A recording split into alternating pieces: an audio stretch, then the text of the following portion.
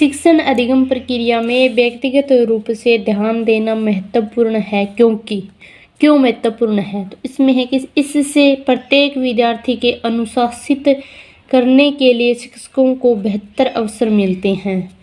शिक्षण प्रशिक्षण कार्यक्रमों में ऐसा निर्धारित किया जाता है बच्चों की विकास दर भिन्न होती है और वे भिन्न तरीके से सीखते हैं। तो इसमें क्या है कि सबसे महत्वपूर्ण है कि व्यक्तिगत रूप से महत्वपूर्ण है क्योंकि बच्चों की विकास दर क्या होती है, अलग अलग होती है।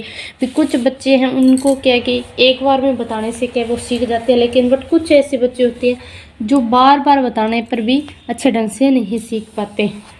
तो इसका आंसर रहेगा 3 नंबर। फिर है नेक्स्ट क्वेश्चन कि निम्नलिखित में से कौन सा शिक्षा मनोविज्ञान की प्रकृति को सबसे उपयुक्त रूप से प्रदर्शित करता है? तो कौन सा होगा भाई? इसमें होगा धनात्मक विज्ञान और व्यवहारात्मक विज्ञान, क्योंकि नियामक विज्ञान है वो एक शिक्षा है। नियामक व मानक विज्ञान है वो क्या एक शिक्षा को कहा जाता है, ना कि शिक्षा मनोविज्ञान को। तो इसका आंसर रहेगा 3rd नंबर, यानी कि 1 और 2 दोनों क्या है, राइट है। फिर है नेक्स्ट क्वेश्चन की बात करें तो क्या है कि निम्नलिखित में से कौन सा शिक्षा मनोविज्ञान का निहितार्थ एक अध्यापक के लिए सहायक नहीं है? तो इसमें क्या है कि अधिगमकर्ता के विकासात्मक विशेषताओं को समझने में, दूसरा है व्यक्तिगत विभिन्नता को पहचानने में, कक्षा के समूह गतिशीलता को जानने में और अधिगम की अभिक्षमता को बढ़ाने में।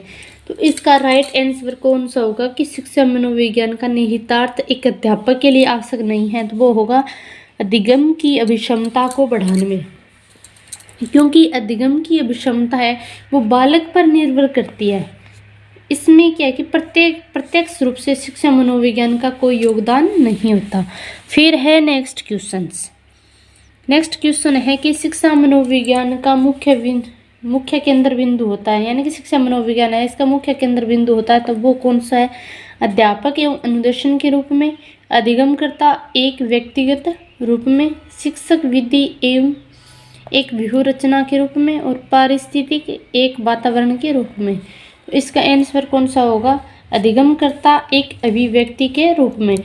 यानी कि क्या है कि शिक्षा मनोविज्ञान का मूल केंद्र अधिगमकर्ता यानी कि बालक है, और शिक्षा बालक के लिए है, न कि बालक शिक्षा के लिए है। वैज्ञानिक पूछताछ मॉडल के प्रतिपादक कौन है? जॉर्ज जे स्वाब। नेक्स्ट क्वेश्चन है कि मनोविज्ञान की यह परिभाषा किस मनोवैज्ञानिक द्वारा दी गई है कि सबसे पहले मनोवैज्ञानिकों ने अपनी आत्मा का त्याग किया, फिर उसके बाद क्या है कि मन का, फिर उसके बाद मस्तिष्क का त्याग किया, फिर उसके बाद क्या है कि चेतना का त्याग किया। तो यह है व्यवहार की विधि को स्वीकार करता है। तो यह परिभाषा किस मनोवैज्ञानिक की है? तो वो मनोवैज्ञानिक है वुडवर्थ R.S। किस मनोवैज्ञानिक की है यह परिभाषा? वुडवर्थ R.S की। एक राष्ट्र के विद्यालय उसके जीवन के अंग हैं जिनका विशेष कार्य है उसकी आध्यात्मिक शक्ति दृढ़ बनाना, उसकी ऐतिहासिक निरंतरता को बनाए रखना, उसकी भूतकाल की सफलताओं को सुरक्षित रखना और उसके भविष्य की गारंटी करना। यह कथन किसके द्वारा किया गया है? तो यह कथन किसके द्वारा किया गया है? T.P. नन के द्वारा। किसके द्वारा? T.P. नन के द्वारा यह कथन दिया गया है। नेक्स्ट क्वेश्चन है कि बाटसन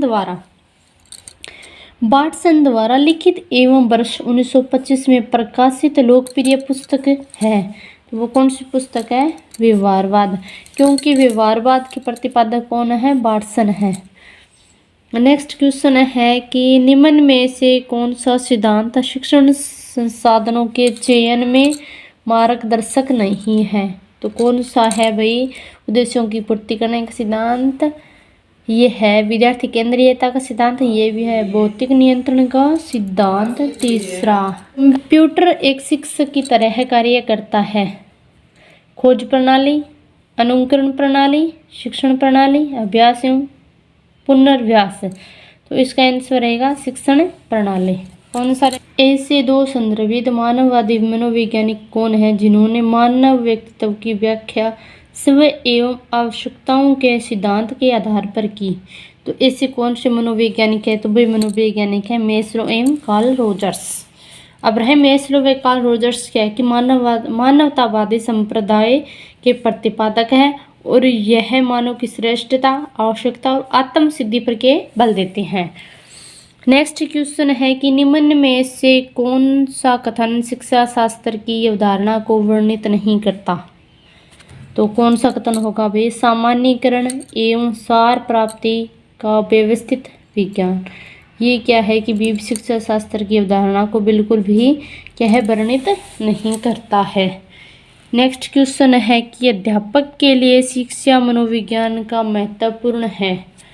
अध्यापक के लिए शिक्षा मनोविज्ञान का ज्ञान महत्वपूर्ण है क्यों महत्वपूर्ण है? तो इसकी आंसर है कि उसको शिक्षा मनोविज्ञान में निहित सिद्धांतों को अपने शिक्षण कार्यों में प्रयोग करना होता है। तो इसका आंसर कौन सा रहेगा? फर्स्ट ही रहेगा।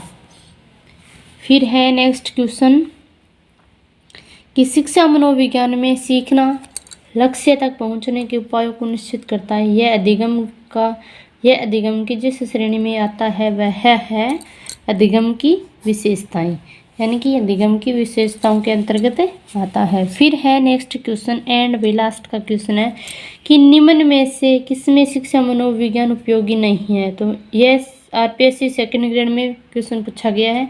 तो चाहे भले आरपीएससी सेकंड ग्रेड में हो, व्याख्याता में हो, चाहे फर्स्ट ग्रेड में हो, तो ये क्वेश्चन क्या है शिक्षा मनोविज्ञान के, चाहे रीट परी हो चाहे रीट मैन हो, इनमें क्या कि रिपीट होते ही रहते हैं। तो इसका रहेगा निम्न में से किसमें शिक्षा मनोविज्ञान उपयोगी नहीं है? बालकों की मानसिक अस्वस्थता का पता लगाने में ये इसमें क्या भी उपयोगी है, शिक्षण विधियों के चयन में इसमें भी उपयोगी है, छात्रों को भी प्रेरित करने में इसमें भी उपयोगी है, लेकिन